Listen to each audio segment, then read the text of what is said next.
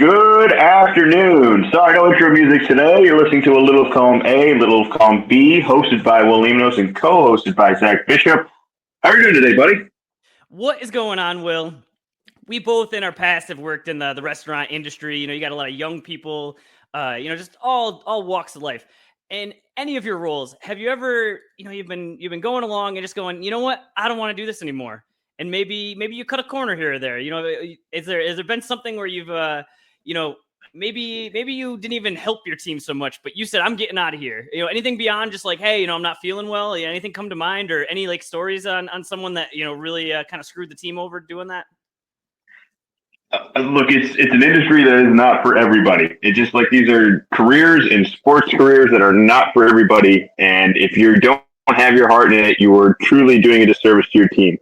And the only thing I will say is I think sometimes the restaurant industry is viewed a little bit more as a stepping stone, and that it's not a forever career for anyone. And if it is, there's nothing against that for anyone who is choosing to go that direction. But I do think it's part one to phase two kind of thing for a lot of people. And once you're really tired of that part one, you really want to get to that phase two. And it's not easy for everyone. But we got some challenges for some teams this week. I think we got a guy that his career, just in general, might be a stepping stone. Derek Bender, Twins minor league catcher.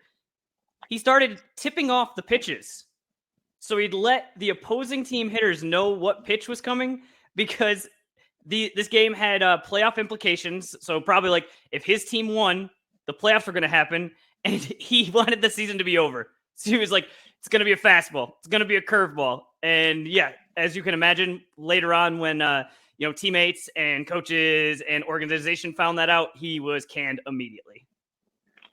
I actually heard about a new fantasy style of scoring this year. I know a couple people. They're in it's like a kickers forward league. I don't remember what the name of it. If it had a specific name, I don't know. But it was, you drafted like 3 kickers, and then you drafted like 3 quarterbacks. And the only thing that was different was the quarterbacks you want to draft. It's like the opposite of points. You want guys that throw interceptions, turnovers, and don't have completions. It's like you want bottom barrel of guys that are at least playing, and you don't want stars. Touchdowns are like negative points. Interceptions are positive points. Perhaps this is the type of fantasy football that this person would be interested in, where you just want to watch the world burn. We want to root for positive things. Let's just see how much this team can struggle and how much joy I can get out of it. Just pain for this guy. Well, you know what? I'm not going to lie to you. As a Patriots fan, last week was painful, and it's going to be a continuous pain as we just dive right into our picks. And coming up this first Thursday here, the New England Patriots will be at the New York Jets. How can we not recap last week where the Patriots lost in overtime 23-20 to the Seattle Seahawks? And all I have written down was almost. Now, if you're a regular listener, you're familiar with our bet of the week. We'll do ours later. I had the money line on the Patriots this week. I thought a team that had given up 2 sacks previously, arguably almost 3 safeties the week before, was going to be vulnerable to a team like the Patriots, and they really struggled to score. And they struggled to score in this game. And I thought that was a game that would just pair very well with the very few advantages the Patriots have. And it was almost there. We go into overtime. We had opportunities. If we could do things over again, I wish we could. But is this the peak? Is this the most exciting I can get for the Patriots right now? We are 1-1. We can almost be 2-0 though. There's a part of me that's like, maybe I'm underestimating this team. How are you feeling going into Thursday, going into the New York Jets territory? I wonder how nervous the Jets are, because they've had some slip-ups where I think in the past it's Patriots, Brady against the Jets, and we're the ones that have everything to lose. We're already way ahead of, I don't know if maybe not my wildest expectations, but I thought that there was going to just be a lot of problems. The O-line coming in, I thought it was just going to be a real mess. So to win the first game against the Bengals, and then for this one to go into overtime, we're normally not the moral victory team. We weren't for 2 decades, but more recently we are. Unfortunately, we are the moral victory team, and it is look at that. Bears fans are already panicking about Caleb Williams. Jaden's been okay, but I think it's just been comparing to like the other rookie QBs. And it's almost like we still have that in our back pocket. If we lose 3 in a row, but they keep being competitive, there's just some sort of like, all right, well, we're not getting embarrassed. There's some teams out here that have been getting embarrassed. Some teams that are supposed to be good that have gotten embarrassed. And we still have that Drake May in our back pocket of he might be really good. He might be better than Caleb Williams. I don't know. I think Russillo had put up a vote and it had all the top rookie QBs. And it probably was because it was Russillo and, skews more towards Boston. It went Jaden and then it went Drake May. Drake May, who has not thrown a single pass, wasn't even like he's setting the world on fire in the preseason or anything. Was just like, ooh, I don't know. He's a young guy, so we still have that. So you know what? I think it's loser talk, but I'm really not feeling so bad. Would have been nice. Would have been nice to pull that one off on Sunday. Some people think they want this unknown factor and that it's somehow going to benefit them because they're so confident that they already know and have already figured out this known factor of the very limited supply of evidence of these current rookies who are just struggling. And to be honest with you, who all just look like rookies. Outside of Bryce Young, who we're going to get to eventually, they look like they never played a professional football game before. And I don't think that's an unusual thing to happen when you are a rookie and you literally have never played a professional football game before. Underneath the New York Jets, who are also 1-1, very, very similar to the Patriots, just tied, both 1-1. Nothing too outrageous here. They barely take care of business against Tennessee. We'll get to Tennessee in the Will Levis-Mayo situation. But all underneath the Jets, all I wrote down was they're still healthy. This is still possible. There is a formula here that they're pulling off that can still be executed, that will not really be anything else that anyone else can prevent. I mean, they have talent on this roster, and as long as they remain healthy, which there's a slew of injuries across the league right now, I think this team is going to have an advantage. Now, how long will Rodgers stay healthy? I don't know. But Breece Hall looks really good. Garrett Wilson looks like he can get the job done. And Rodgers is just slinging the thing out there. And I have more confidence in what he's capable of than really anything the Patriots bring to the table. I loved the Patriots last week. I'm so bummed I didn't get the money line and that was the bet. Wasn't my successful bet of the week. But I reluctantly am going to fall back into my opening of the Patriots season of being like, we're really just not that good of a team. And the New York Jets, I think, have a way better odds at kind of completing all this. So the short turnaround on Thursday, maybe we can become a little bit of a trap game sort of team. But I'm taking the New York Jets at home. I just think that they're just a better, superior team at this point in the season. When we play them again later in the year, oh, man, I can't wait to play spoilers. I think we got this team at home. But on the road, I will take the New York Jets on Thursday. Who you got? I'm also going with the Jets. They're a better team than we are, but based on these past 2 games, I at least think we can make it interesting. And I think our defense is able to run a game plan and be serious. You're looking at it, and it's not that crazy that we scored 20 points. But last year that was crazy. Like we could not score. We went weeks, almost a month, without scoring a touchdown. We might have even gone without scoring a touchdown. We weren't scoring any points. It was zeros, goose eggs. Like that is just so embarrassing. So I at least think it'll be interesting. Like I said, I think the defense will show up. We really need to get Jacoby the lead for us to have any chance. He's not built to come back. So this is actually going to be my bet of the week, and I'm going again. I am 2-0 on these, so sticking again with Pats and Jets under 38.5, minus 105. You want to do bet of the week right now? Because I also picked a bet in this game here. I don't think we're going to win. I'm going to say that, all right? But I do think this New England Patriots defense is still sneaky. They kind of let me down a little bit last week. But, they did their job, and it's just a matter of, we had opportunities to just kick in a field goal. We just couldn't do it. And that is the hard part of this offense. But this defense, after seeing the past 2 weeks, I feel really good about this. My bet of the week is the New England Patriots anytime defensive touchdown plus 425. Let's pick 6 Rodgers. Let's take care of business. Maybe we jump up early. This team is going to underestimate us. They're going to come into Thursday unprepared because there's no way you can actually come into Thursday prepared after a Sunday. You're losing a couple of days, and maybe we just catch them sleeping on one time. And I think we are. I think this old man Rodgers thing is slick, and he's going to be able to do a lot of things against a lot of different teams. But just a couple good defenses might be able to catch on to some of those tricks and maybe take advantage of them. I think we're one of those teams. I don't think we can score for anything, but I think our defense is good. So I'm going for the big money. I'm falling behind week by week. You're doing a little slow grind. I'm going for a home run or nothing. But that is my bet of the week. So I've got anytime touchdown plus 425 for the Patriots defense, and you have the under. What were the numbers on that? It was under 38.5, minus 105. Okay. I mean, it's a little less fun, but traditionally, I think Thursday that plays out very, very well. Where I don't like the overs on any Thursday. Yeah, I could easily see. The number's pretty low. The other numbers that I picked were 40.5, and that was a pretty low number. But I just think Thursday, I think you can get away with it. Did you feel good about the Patriots winning the money line Sunday? Like, it felt possible for some portion of the game, right? Like, it sounded ridiculous when I said it last week. Just like this touchdown thing sounds ridiculous now, but there was points in that quarter. We could have won the game. Midway in the fourth, where it's like, okay, it's still, having to actually seize the victory. But I mean, going in, it wasn't, just having a chance in the fourth with this Patriots team is like a little moral victory for us. All right, well, those are our picks for Thursday night. Let's move on to Sunday. We're going to start with the 0-2 New York Giants at the 1-1 Cleveland Browns. If you're the Cleveland Browns, I think if anything, you could say we have hope. As they defeated Jacksonville 18-13, nothing fancy, nothing special, but at the end of the day, some teams just got to get the job done, and this was a team that had to get the job done. They didn't need to fall 0-2.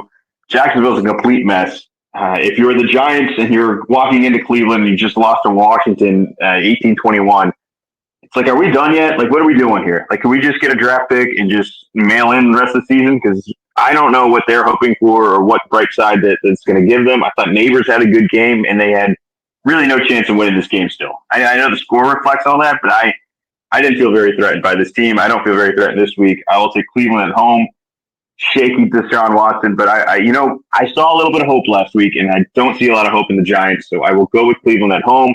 Who you got? I'm also going to go with Cleveland at home. I still don't think that Cleveland has figured everything out and that they're very good, but I think the Giants are real bad. They have to be happy. They picked Neighbors up towards the top, and he definitely had some spark. It takes more than just one guy. I was seeing after last night's game, that we'll get into, comparing some very specific Singletary stats versus Barkley. And I think it's very much Giants homerism at its finest, and really cherry picking a specific stat after two games. It's just that's where their season is.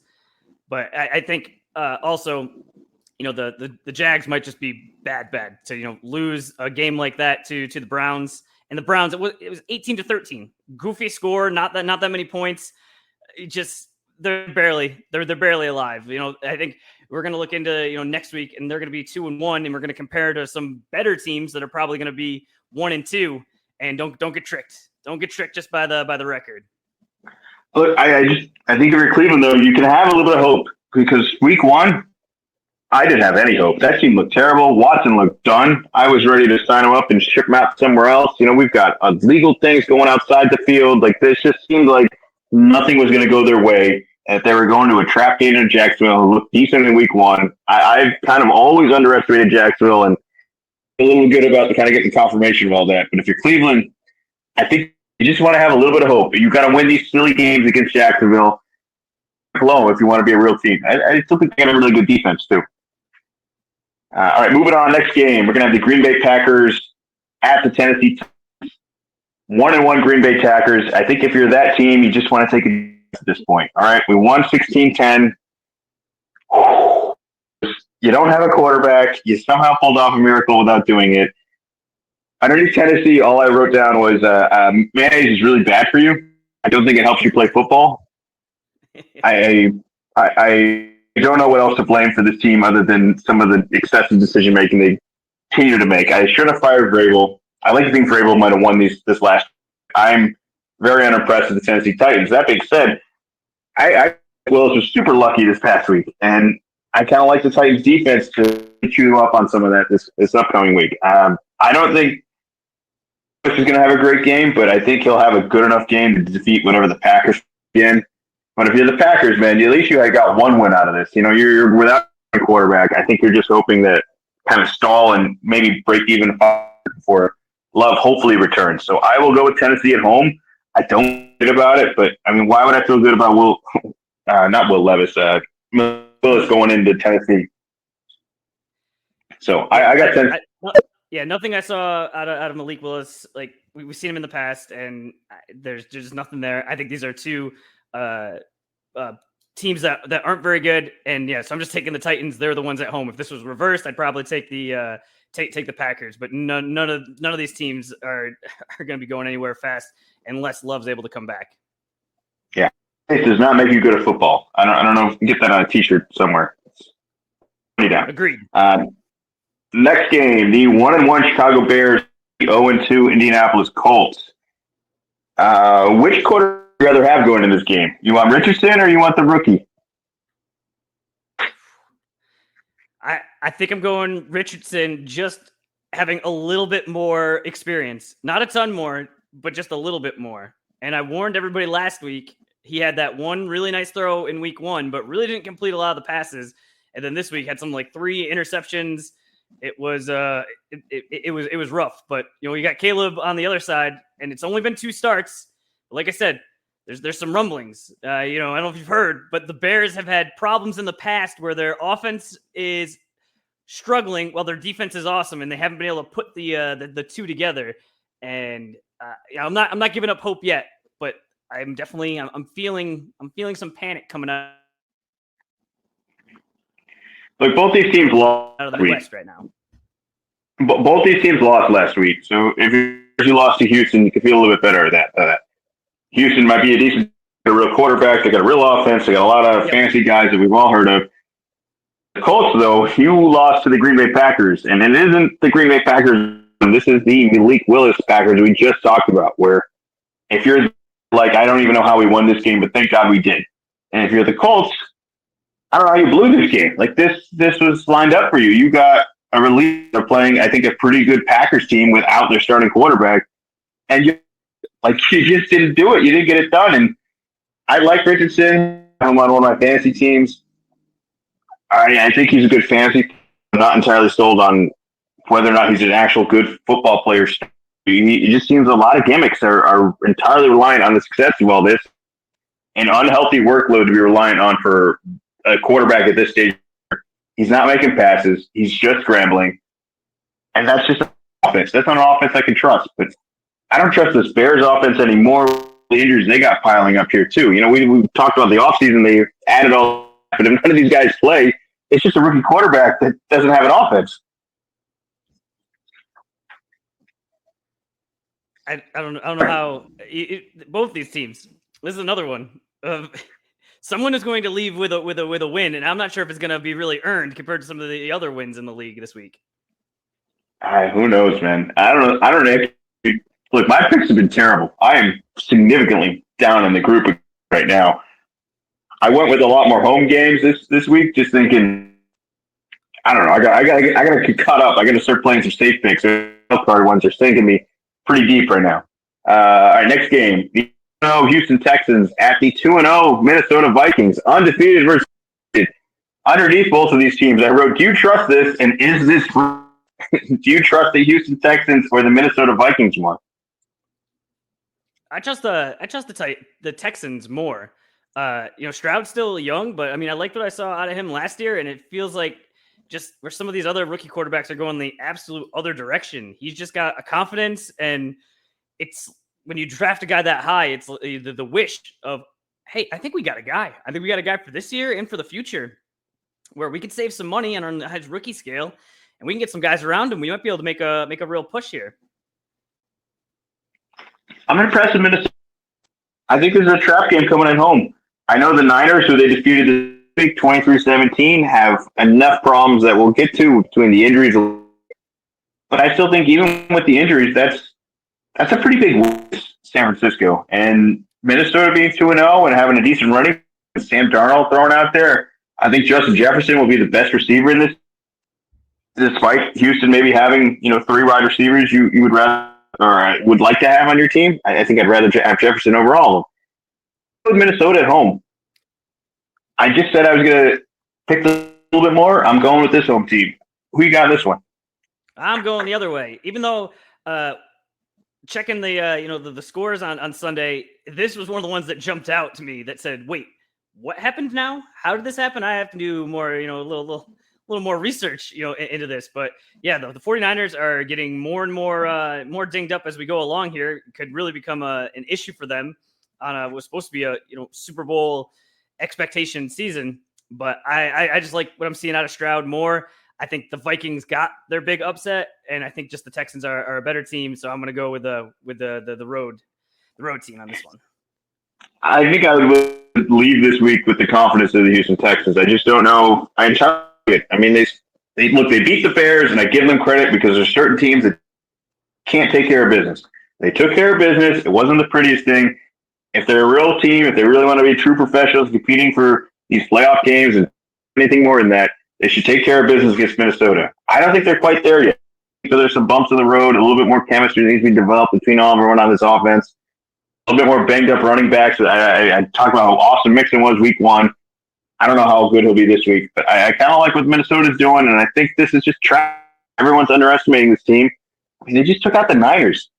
I think they're even halfway beat up that like they are right now, or a little bit better than the Texans. It's a win for Minnesota, so I'm putting a lot of effort into a lot of value into what they did last week.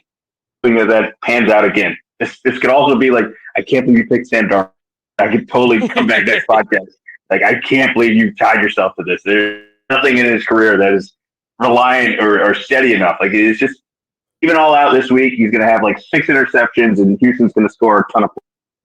I'm going to go Minnesota at home. All right, next game, the Eagles at the New Orleans Saints. The 2-0 New Orleans Saints. The undefeated New Orleans. The David, I want to go fast car quarterbacks.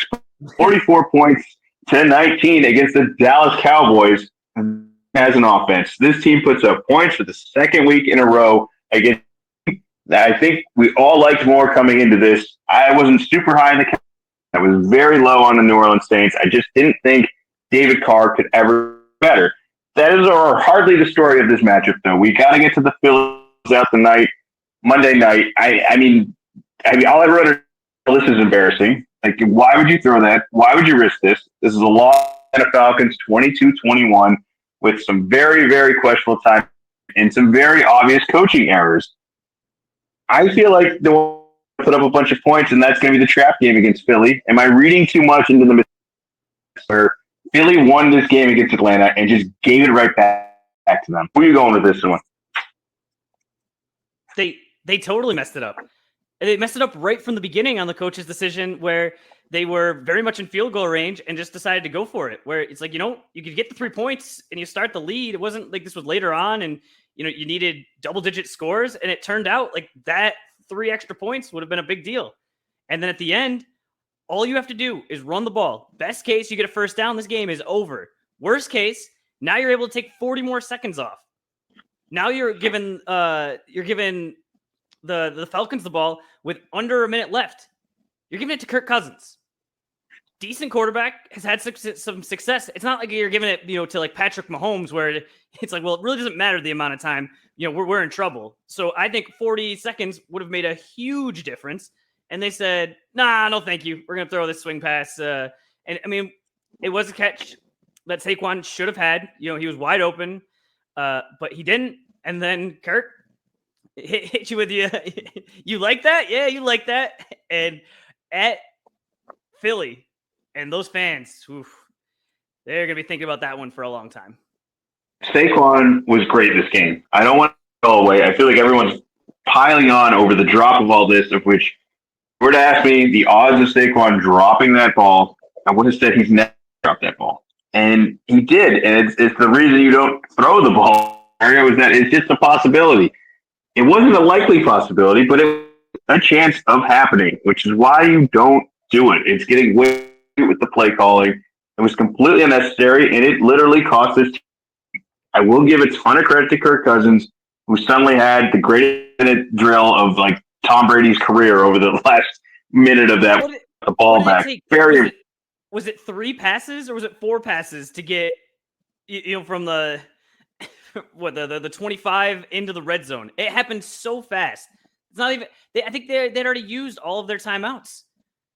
So, like, they had to do it that way. It wasn't like they tricked the Eagles and they got lucky. It's like Kirk had plenty of time, and these guys were wide open and just they went right up the field so quickly. Very impressive. And then Hurts even gets the ball back with a little bit of time. I mean, it's a mountain of an effort, but then he with still what was it, like 20 seconds? There was not a ton of time left, but might have been able to, if he hadn't thrown a pick, got a little bit closer, at least gone for the Hail Mary. I mean, it was, if you could have gotten a field goal range, like I feel like there was still opportunities there, and you just the cherry on top of the crappy Sunday for the Eagles. I think they're in for some trouble this week. I don't know if they've necessarily been scoring enough. It is going to have anything really close to what they had the first 2 weeks. I think Philly can actually score with this team. I know that sounds crazy to say. I think they're a football team in Philly. I like this team. I think they're going to have a good chance of winning the division. But if New Orleans is going to score 40-plus, I don't think Philly can do that. I'm going to go with New Orleans at home. Like, are they going to score 40 points, like, again this year? I mean, they've come out and they've been specifically offensively the most surprising team so far. Where coming in, I think I've picked against them both times and just like, well, no, I think the Cowboys, I think they're good. I don't think the Saints, they're in the NFC South. I don't think it's a good conference, and all of a sudden, they are just smoking hot. All right, I got New Orleans. I'm going to go New Orleans at home. I don't know if the Eagles are going to be able to figure this out. They had this meltdown at the end of last year, and now they're 1-1, going on the road against a team that's hot. And all of a sudden you're 1-2, and is it, hey, was the beginning of last year the fluke, not the end of the year? And then Sirianni's gone. What if this New Orleans thing is real, though? Like, it's 2 weeks now. Every team in the league wishes they put up 40. No one else has come close. It's so many points. So, what if David Carr has finally figured it out? I'm not saying this is the MVP season, but what if all they're like, there's some nice things he does. He's the worst teammate. He's a very good team. Does a lot of nice things. He's not consistent, but he's consistently terrible either. And they're in a good rhythm right now. Like, what if it's just I just don't know. I mean, I see it. I see the points, but it just seems like, in 2 weeks, and they're all of a sudden 2-2, and they haven't had these amazing performances, and then you're like, oh, of course. So I don't want to get tricked. I don't know. Alvin Kamara looks pretty good. Alvin Kamara. He looked like pristine, like back in the day, Alvin Kamara. Well, I thought, if anything, we were always arguing it was the quarterback holding him back, and at least for the past 2 weeks, they have figured that part out, making him way more of a threat. I mean, this guy used to be a pass-catching maniac, and then still hand the ball off to him. There's just a lot of flexibilities you can do with Kamara with the right threat. I'm impressed with the team. This is certainly a surprise for Philly. It'll be exciting for all this. I really tried to look for a bet of the week on this. I just couldn't think where it's like, I kind of like the odds on all that. But we both got New Orleans, so it's interesting and a concerning thing for Philadelphia. Next game, we got the Los Angeles at the 2-0 Pittsburgh Steelers. Both of these teams are 2-0. Is this right? Like, I feel like Pittsburgh is this professional team that, like I said, just takes care of business, won't lose games they're not supposed to lose, which is generally the opposite of the Chargers. And yet, I have been so underwhelmed by the Chargers over the past 2 weeks. Just took care of Carolina this week. Nothing to brag about, but kind of the most adult team we've seen of the Chargers. It's the least threatening offense, but it's doing dumb things at the end of the game to blow the game. I don't know this. It seems like two teams that really aren't that good, but they're really well coached. I'm going to go with just because I think that's generally the type of game Pittsburgh wins, but I think with Harbaugh are kind of approaching a very, very Steeler-esque sort of season where maybe we don't talk about as much, and maybe Herbert isn't going to have the numbers that we thought he'd have, but they're 2-0, and I don't think they've been that before. Pittsburgh, who are you going with? I'm just going to go with the Chargers. I realize that they're on the road, but I just think Herbert is better than Fields. And then there's still this, well, if Russell Wilson is healthy, he might play. Tomlin's doing this weird thing where since they beat his old team, even though he didn't play, he got the game ball. And it's like, this is so bizarre. Like, they traded for Wilson. They loved him. They gave him like a big contract, gave up all these assets to get him. And then he wasn't good. That's why he had to leave. It wasn't some of these other situations. I mean, maybe you see it a little more like in the NBA where it's like, oh, it makes sense that guy's upset when he goes back. And then it wasn't like he was the one that played today and played well. So it's just very confusing on what they're what they're doing. You know, Tomlin has always been just like a little bit odd. I mean, I think all coaches, especially in this matchup, just a little bit odd. But I just think sometimes you just have to go with the quarterback that's better. Of all the games we're going to predict this week, who would have thought it's going to be 2-0 and Pittsburgh's going to be 2-0, and one of these teams is going to be 3-0? Not me. I wouldn't have thought that, especially out of the Steelers. I would have thought for sure the Chargers, like, you could have explained to someone how they should have been 2-0 or should have been 3-0, and then explained it. Well, it was all going well until fourth quarter, and you're never going to believe this, but Herbert hit a bird, and it got intercepted. We've never seen it before. They reviewed it. They said, act of God, and it stood. And that's how they lost in week 2. No, it does. I didn't say it yet, but what I wrote in here was a recount. Are we sure this is right? Can we go back? Can we see some? Because I'm really unimpressed with both these teams, and yet somehow they have wins that other teams should just blow. Moving on, 0-2 Denver Broncos, 2-0 Tampa Bay Buccaneers. Big win for Baker Magic over Detroit, 20-16. I'm really starting to buy in here. I got no love for Denver. That team can't score. I'm all in on Tampa Bay this week. You could lock that in. I feel very good about this. Very good about everybody just being healthy on Tampa. You know, Evans is doing some stuff, making some magic. I'm really, really liking this. And if you're Cleveland, can Baker do what he's doing right now, and you did everything you did to get and to put the situation that you're in, I'm happy for Baker. I think he's finally found, and I think this might be the year where everything's clicking. I'm Tampa Bay, going 3-0. Who you got? I'm also going with Tampa Bay. It has much more to do with, I think the Broncos are real bad. Bo Nix is still not figured it out. Still young, still has a chance.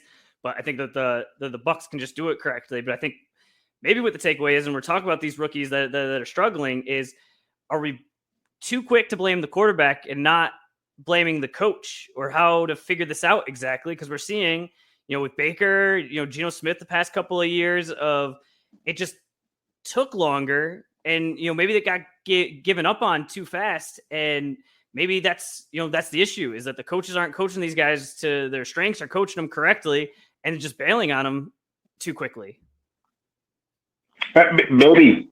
It's very hard to say because I feel like I see all these young quarterbacks, they go to bad teams because that's how you good draft pick, and that's with good draft picks you take quarterbacks. So the science to it all, it's challenging, but it's guys that I think that walk into really big situations and are just not ready. I pick on Chicago at this point, but they did a lot.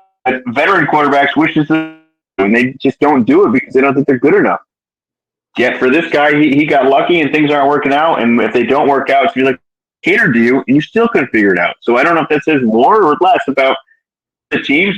This next game we're going to talk about the 0-2 Carolina Panthers, the 1-1 Las Vegas Raiders. The big story this week is that they're going to bench Young, the guy that they traded for, the guy that they're still basically paying this trade for to have. They're no longer going to play. They're going to Andy Dalton over him.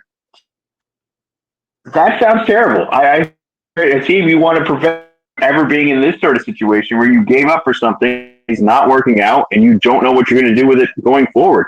And value of it has also been completely diminished. It's no longer a number one pick. It's now Bryce Young, who's played 18 games and won 2 of them. I don't even know he's won that many. It's not easy, but there's no Carolina this week. I don't think Carolina is going to win a game this year. I really don't. Maybe Andy Dalton is somehow going to bring some magic to all this and just the professionalism to make this team win. But it's not going to happen with Bryce Young, and I don't give him all that. Teams that miss on draft picks put themselves in such a place. When you miss on the number one pick and a quarterback pick, you just sunk for you. Like I don't know how long the rebuild's going to be, but I'll take Las Vegas this year or this week. Yeah. I'm also gonna go with Vegas in this game, but I I get it. The first two games did not go well. Bryce Young really didn't do amazing last year, but this isn't a Knicks situation where your backup is this young guy and you kind of want to see, hey, let's what's he got? It's like you're gonna put Andy Dalton out there. Like, what's the best case scenario? That Dalton wins a couple of games that maybe Bryce Young couldn't have won, and then you go like 7-9 instead of 5-11. I just unless there was he was hurt, but it doesn't seem to be anything like that. It seems to be like a complete up benching, and I just don't. I'm trying to think of the last time a quarterback this young got benched and then recovered without it being like years later or like a completely different role, completely somewhere else. Like I just don't see in 4 weeks. Let's say even like Andy Dalton gets hurt, and it's like, okay, Bryce, you got to come back in. I just don't see that going well. What if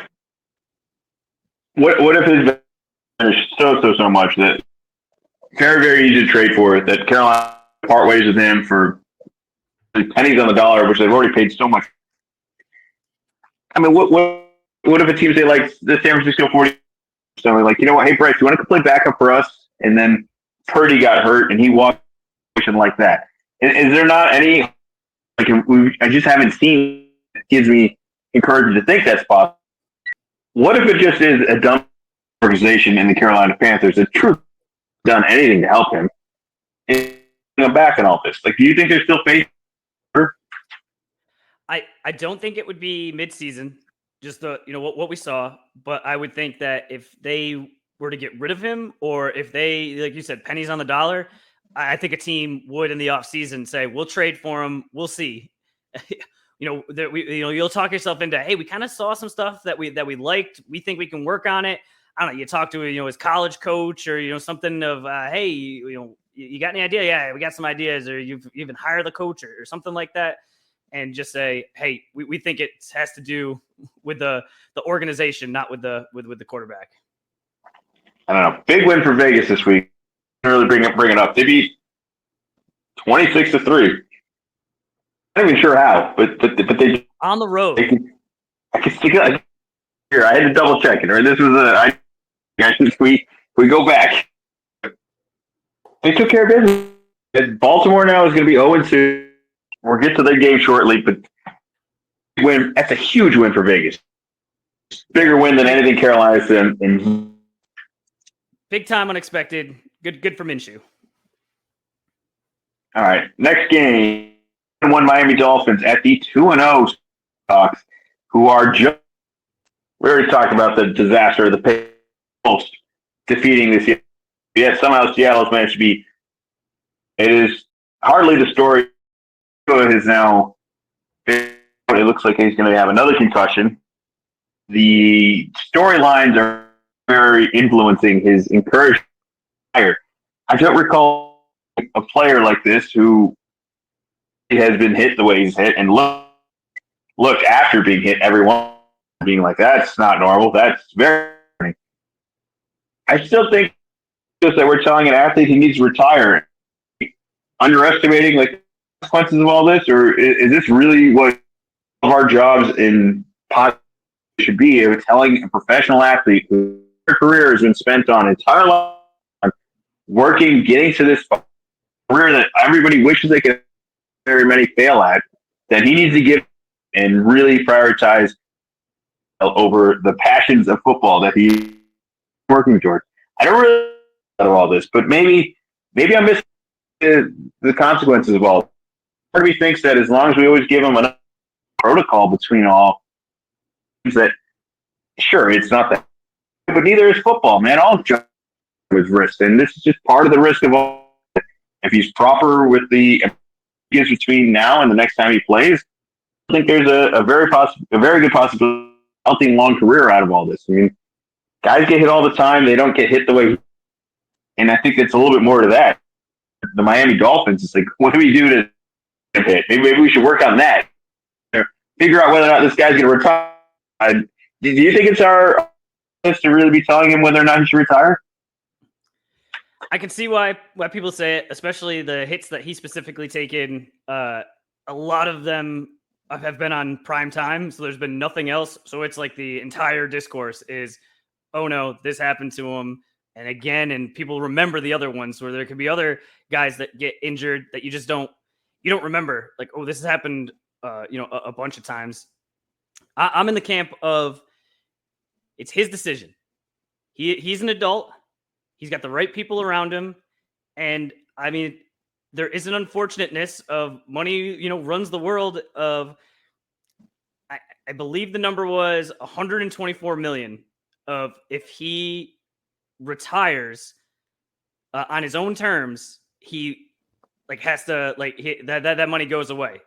I think if he was forced to retire because of health, that he would get at least a portion of it. But $124 million is a lot of money. And now I also get okay, is it worth it if you knew by, you'd have your career, it'd be, okay. But then by 45, you're not going to make it. You're going to be in pain all the time. You're going to have all these problems. We've seen it with some of the other athletes. And unfortunately, you kind of mentioned it and lead up of, well, what's the point of living until 90 if you could trade it in for half, but you could, be a professional quarterback and live that famous lifestyle and be an athlete. So I think let him make his own decisions. It's not up to me. Everyone has different levels of risk. That was definitely something I learned during COVID that I hadn't really thought about before, but people have both personally, and then whether it's the friends around them or their family around them can just be at different levels of what they think is worthwhile. And so everyone's different. Let him make his own decision. It's a very unique situation. I totally understand all the arguments but I really don't think anyone has the right to tell anybody unless they truly are or at their position. Like, he's bad at football. He's but that's he's not going to play. This team, I think, is very good without him. And as much as I don't love Seattle, and I picked against them last week, and I used to win, and they didn't win, it's going to be 3-0 after they take care of business in Miami at home. And I hope to. I really do. I don't want to have him retire. I'm not entirely sold on him being the greatest quarterback in the world, but I think over the league wish they had to eat the concussions. So I will home. I think it's a big loss for Miami. Who you got? I am also going with the Seahawks. They unfortunately, it was all right for last year, but 2 years ago, kind of got an idea of, wait, what happens with these wide receivers if Tua's not the guy out there, it's somebody else, and it's not nearly as good. So the news did come out shortly before the podcast that they are going to put him on the injured reserve. So I believe the first week that he could possibly come back would be week 7. So that doesn't mean for sure that he's coming back in week 7, but he's at least out for 4 weeks. Well, for them, because I know they went all offensive signings this year, and that should be very, very successful. They're certainly in jeopardy. As much jeopardy as the team next, where we have the 0-2 Baltimore 1-1 Dallas Cowboys. Dallas recently just getting smacked by 4-19. On 0-2, and Cincinnati goes 2. Is there more you have more confidence in between Baltimore? Because it's panic time for both. You do not want to go down 0-3. It's to dig yourself out of. I think there's a lot of league that are somehow going to just sneak wins in all this. You're going to be playing perfect the rest of the year and then you're not even going to get a good seed. I'm very worried. I got Baltimore winning over Dallas this week because I just think they have no way they're going to go down 0-3. Very unusual that they even fell last week. Raiders 26-3. But if you had to pick a team early 0-2, and it could be any other Cincinnati or Baltimore, which team would you have in? I think Baltimore is better. I think we knew going in that Burrow had some issues, that Jamar Chase didn't practice until the very end of the the early on the season. So I think them struggling to start is not nearly a surprise that the Ravens being 0-2 and having to go to Dallas. So not the easiest, but I think that they'll figure it out. I think this is where they're going to get their first win. They're too good to fall 0-3. This team is by a toe to arguably one of the in the city. The Vegas guy, I don't really have an explanation for it, but got crushed. It's 26-3. In the game. There's things they should have done to win the game, and they just didn't do it, but no chance of winning this game against New Orleans. I'm just going to stick with the team that I win games in Baltimore over Dallas. All right, moving on. The San Francisco 49ers, 2 LA Rams. Houston problem. We have injuries, not ideal for both teams and in the Rams. Puka last week, losing Cup this week, huge loss. The Niners free on the IR, looking like Debo for some time here, and just adding Ayuk contract dispute. He's quite fallen into place like they were. Certainly panic time for as well. I mean, the Niners being 1-1 is certainly an advantage. 2, you do not want to fall 0-3 after they 31-10 to the Arizona. I'm going to go with the Niners on the road. I do like the Rams. I like them. I just, with what they got going on right now, I don't think Kyron Williams is enough traps left for the Niners are going to defeat them. I got the Niners. I don't think this is ideal. It could have been a huge marquee game to see, and it's just not going to be that. But I'll take the Niners on the road. I did this week. Who you got? I'm also going to go with the Niners. You are, very much on the front lines of the, the Christian McCaffrey situation. Is there going to be some sort of investigation just with how, the gambling works now? Of he got dinged up in the preseason. They said he's not going to play the preseason, but there's no concern. Then week 1 comes, and then it's a surprise Monday night that he's not playing. Then we're going into week 2, and now he's on the IR. It just seems like maybe we weren't at 0, but it was all this downplaying. Don't worry about it. Don't worry about it. And now he's out for for a month. And as fantasy owners and gambling and everything, it just.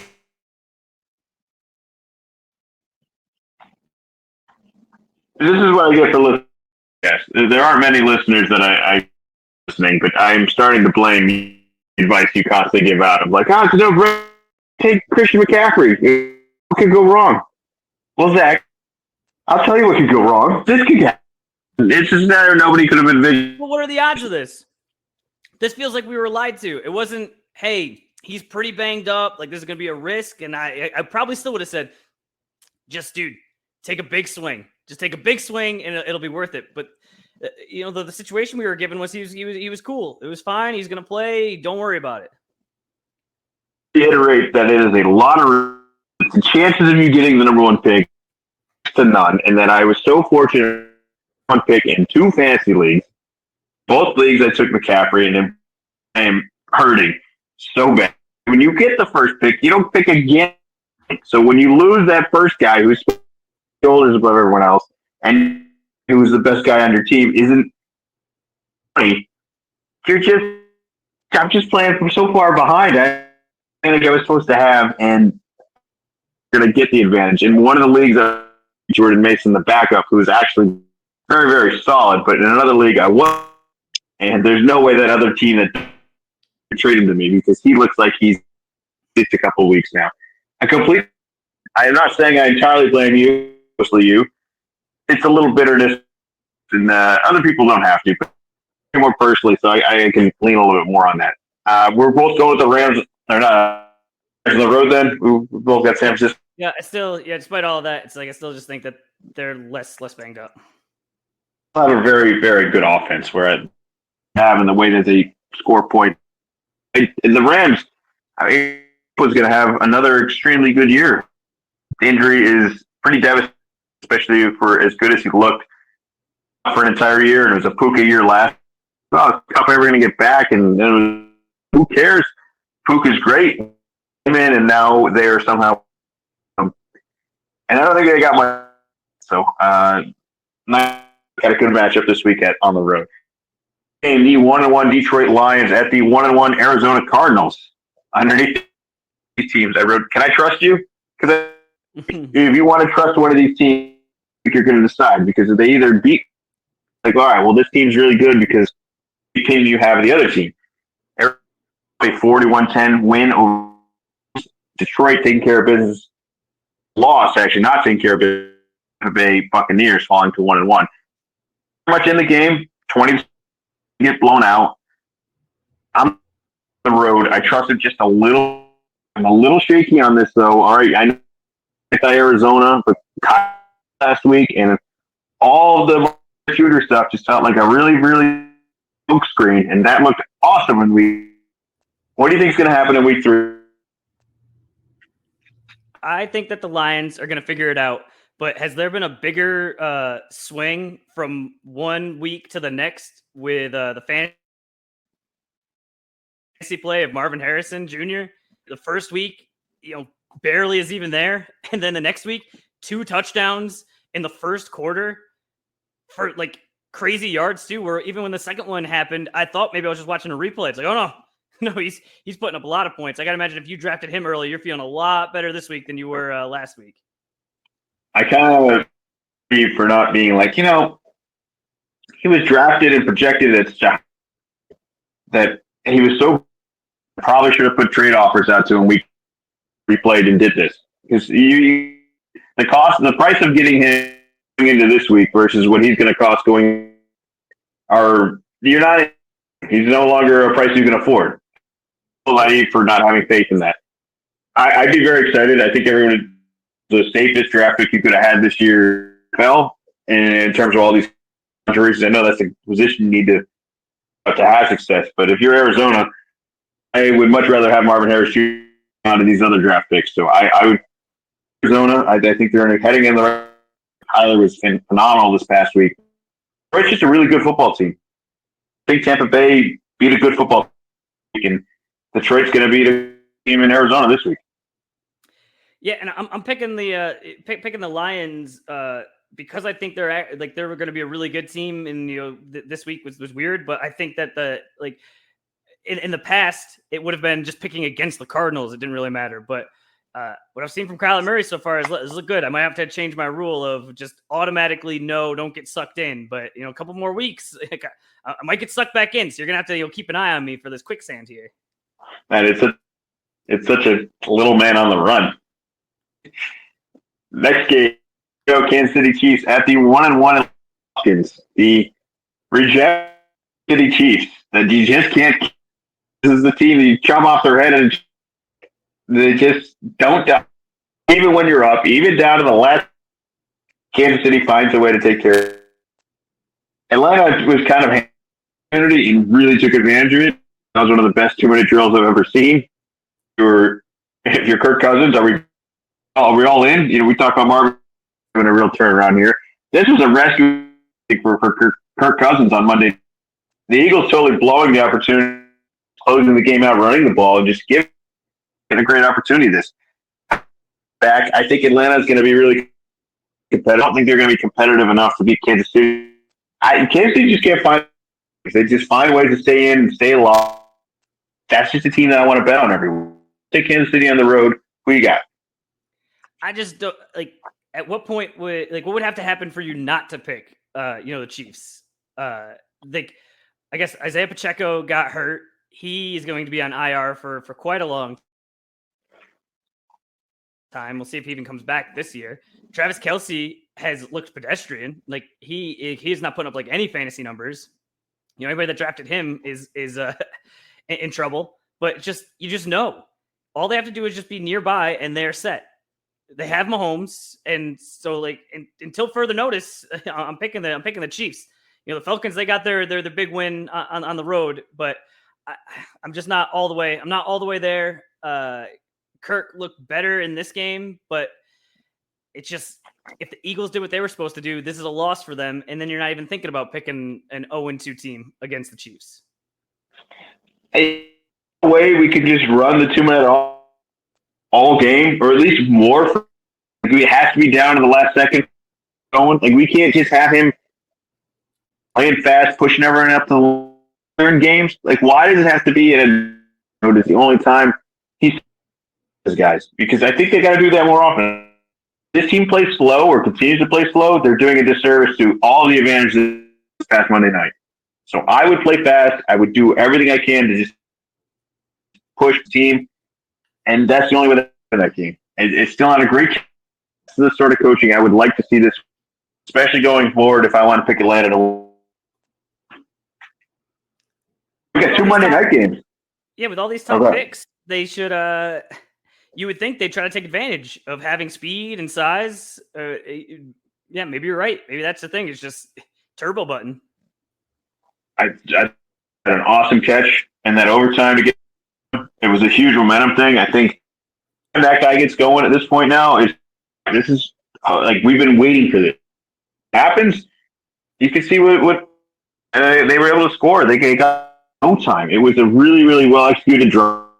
I just think they got to play fast, and it's not like Bijan's been bad either. Like they have, like this team has the capability of being very good. I just think that they played for whatever limitations and presence has been pretty bad. But if he's just it, let's keep it. Let's put the pressure on.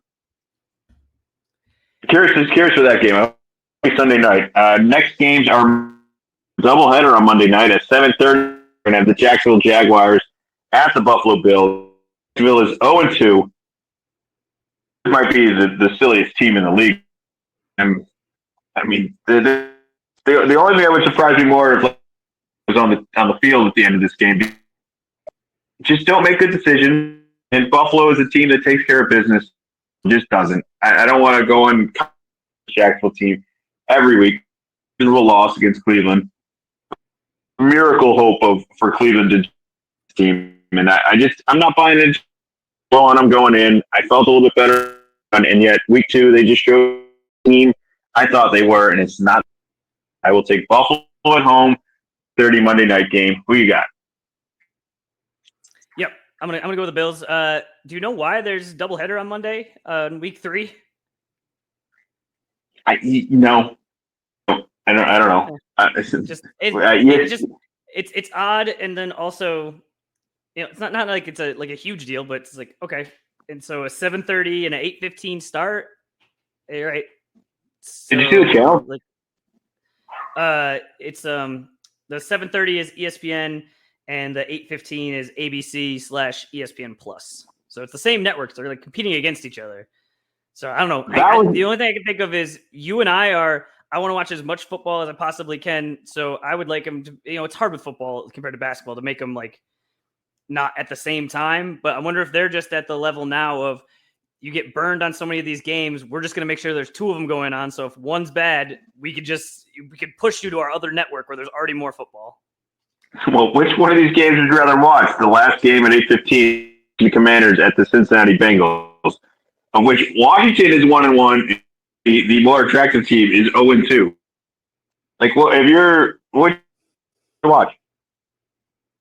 I would prefer the Bengals. I think that game could be a little more competitive. Get to see a rookie QB. Get to see, all right, Bengals, you're 0-2. You're at home. Are you going to figure it out, or is this really going to be a complete disaster of a season for you?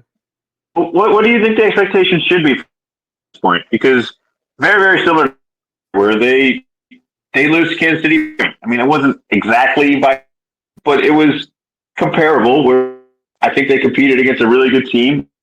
That we have been used to seeing the Bengals with Burrow very alive and very well. I mean, this is 26 Kansas City. It's not, but they are still 0-2. Like, what should the expectations for Cincinnati? Well, they got to beat a rookie QB at home on a Monday night. That's for sure. Because now it's not just all right. Now you're 0-3. It's everyone sees you go 0-3, and I realize it's like a little bit silly to like do it this way, but this is like how narratives and how you really think about teams is if you see them in prime time, it's just things are a little different. I think as Baltimore's 2-2, even though there's possibility maybe one of them ends up at 0-3, I wouldn't want either of these teams, and that might be the thing that's I want to continue to as 0-2, but I think that's what I would. I think that's what I would still continue to recommend against Cincinnati at home. Game. I like Washington. Completely dance all over everybody. He marky again. Where last week it was sunshine and rainbows. So he barely against the New York Giants, or as bad of a team you're going to come across at this point. So I'm hoping this is the I'm hoping for a good game. Our podcast next Monday. We'll be back Monday schedule hopefully next week. But I got Cincinnati. Who are you going with? I am also going with Cincinnati. They're going to figure it out. All right. Well, those are our picks right now. I want to take a chance to gloat right how far ahead you are in the groups. I believe you are. What? 5 picks? Yeah, I guess that's going to be. We tied in week 2. I haven't made any. I haven't extended the lead, so I can't add on to the bragging that I already did last week because it's the same. I didn't. We tied this week. If you do want to brag, you are in the 89th percentile, which is actually fairly.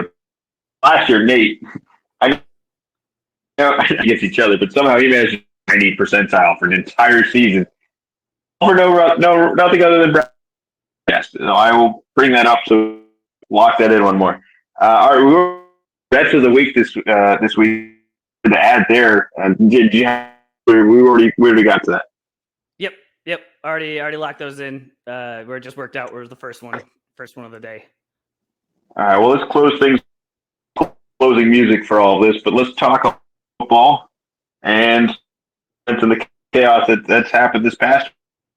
It's an up and down sport. What we missed? What do we need to know? What's happening now? Well, Notre Dame still continues to just make no sense. Where they're like a 20-something point favorite to Northern Illinois and get beat. And then this week, they're only like a 7-point favorite at Purdue and then destroy them 66-7. So obviously that was a lot more fun than the week before, but just want to note that, as well as the bigger news people might have come across was that Georgia barely beats Kentucky and in football. Basketball hasn't started yet.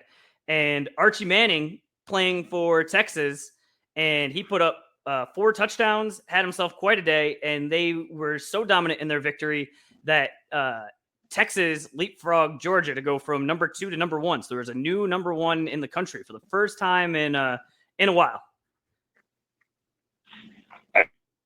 Football. I didn't really watch all of this.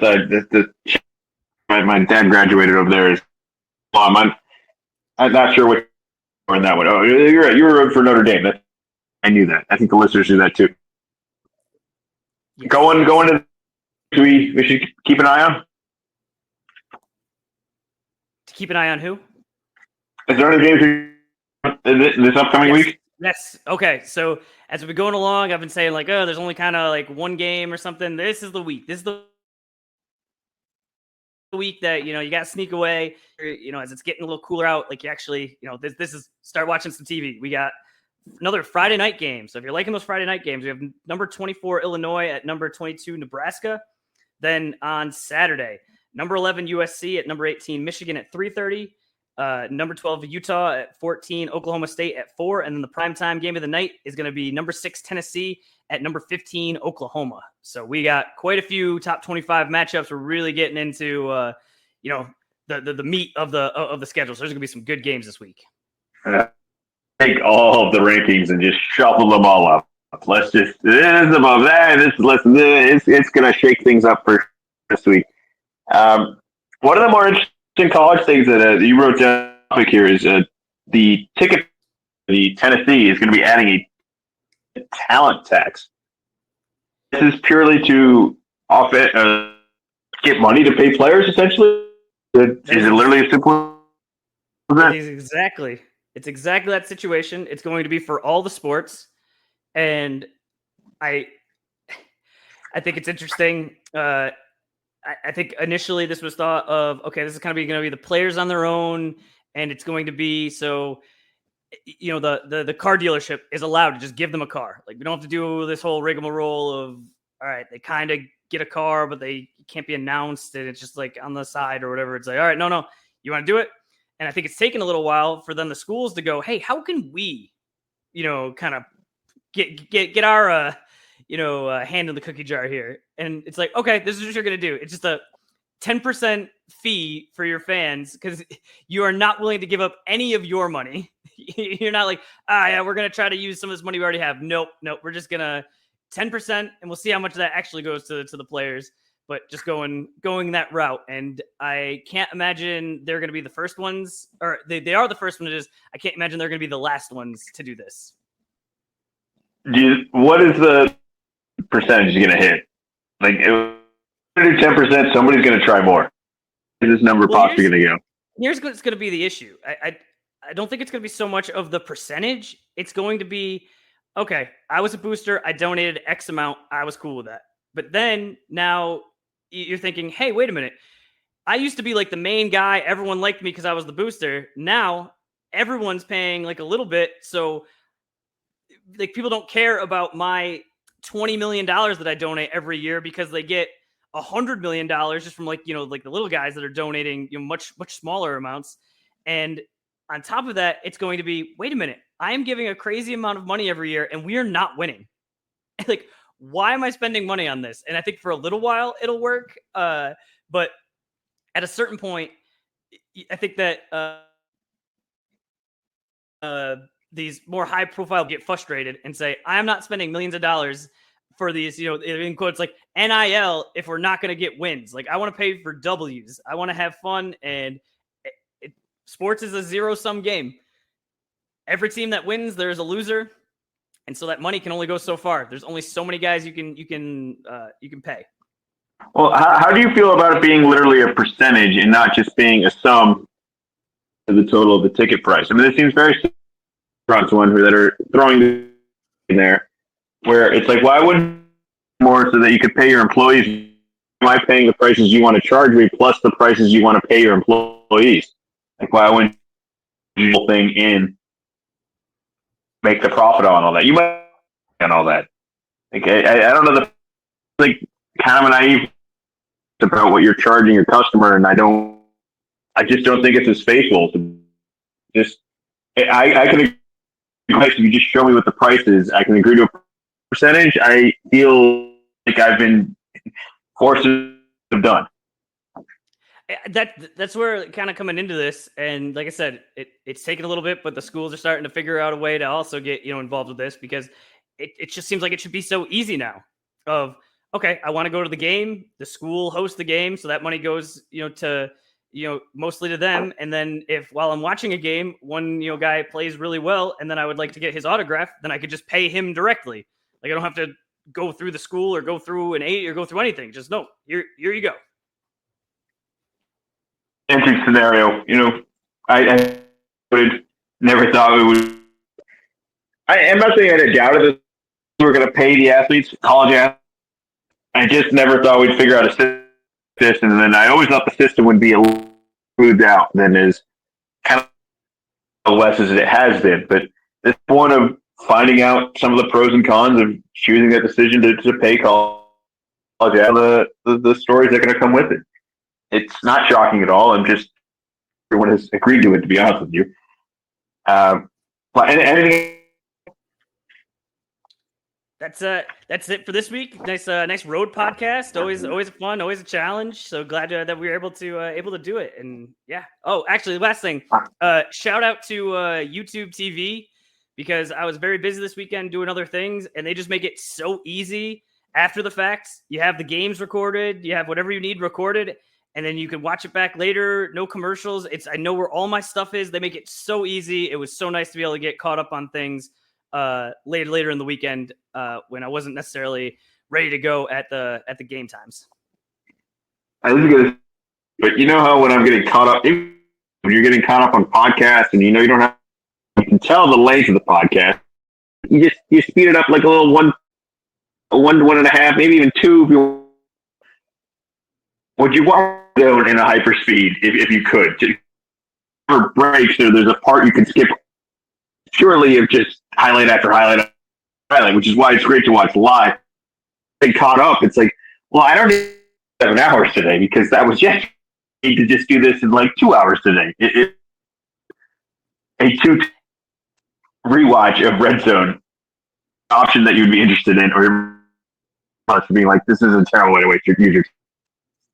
It doesn't come up very often. It would be interesting. I am for podcasts, speed listener, but I have not made that switch over for video. I feel like with video, it doesn't quite work the same. You're trying to watch things and it just looks weird. And I don't know why. For audio, I can do it. For videos, I've seen the option on regular YouTube. I haven't seen it on YouTube TV, but have not used it as a way to catch up faster. I think you're better off if you're really struggling for time, it's to just do that key rewatch situation. Yeah. All right. Well, no outro music for today.